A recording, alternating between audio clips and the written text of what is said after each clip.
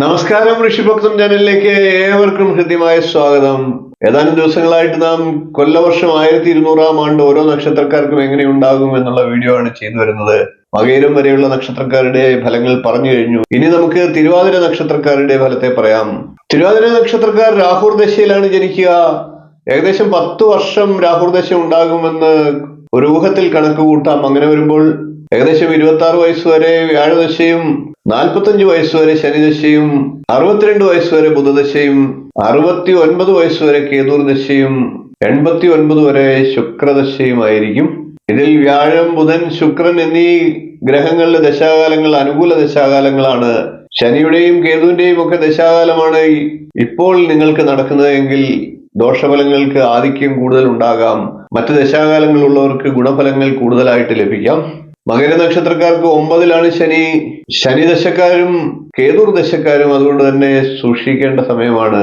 എന്നിരുന്നാലും പൊതുവെ തിരുവാതിര നക്ഷത്രക്കാർക്ക് എന്തായിരിക്കും ഫലം എന്ന് നോക്കാം.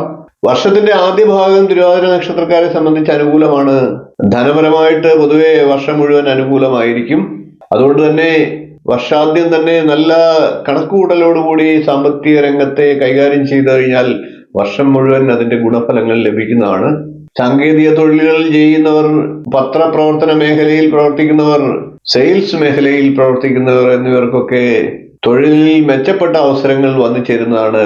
തൊഴിൽ മാറി കൂടുതൽ മെച്ചമായിട്ടുള്ള തൊഴിൽ മേഖല കണ്ടെത്തുന്നതിന് അവർക്ക് സാധിക്കുന്നതാണ്. കൂടുതൽ മെച്ചപ്പെട്ട തൊഴിലവസരങ്ങൾ പ്രയോജനപ്പെടുത്താനായിട്ട് ശ്രമിക്കേണ്ട വർഷമാണ് എന്നർത്ഥം.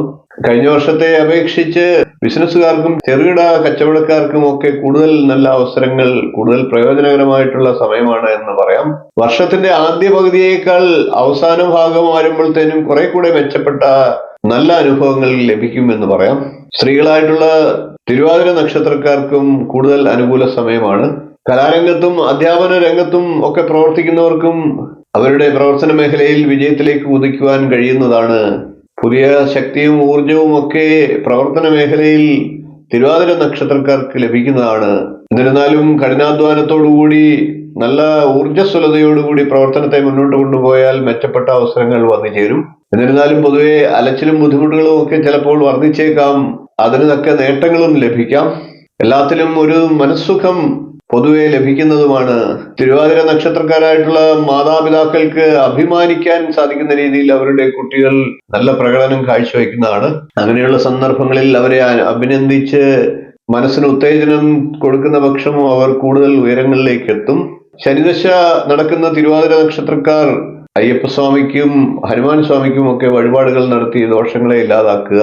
കേതുർ ദശയാണ് നടക്കുന്നതെങ്കിൽ ഗണപതി പ്രീതി വരുത്തുക. ഇത്രയും കാര്യങ്ങളാണ് തിരുവാതിര നക്ഷത്രക്കാരുടെ സമ്പൂർണ്ണ നക്ഷത്രഫലമായി പറയാനുള്ളത്. വീഡിയോ ഇഷ്ടപ്പെട്ടുവെങ്കിൽ ഒന്ന് ലൈക്ക് ചെയ്യുക, ഷെയർ ചെയ്യുക, ചാനൽ ഒന്ന് സബ്സ്ക്രൈബ് ചെയ്യുക, നിങ്ങളുടെ അഭിപ്രായം കമന്റായിട്ട് അറിയിക്കുക. അടുത്ത ദിവസം നമുക്ക് പുണർന്ന നക്ഷത്രക്കാരുടെ സമ്പൂർണ്ണ കൊല്ലവർഷ 1200 നക്ഷത്രഫലവുമായി കാണാം.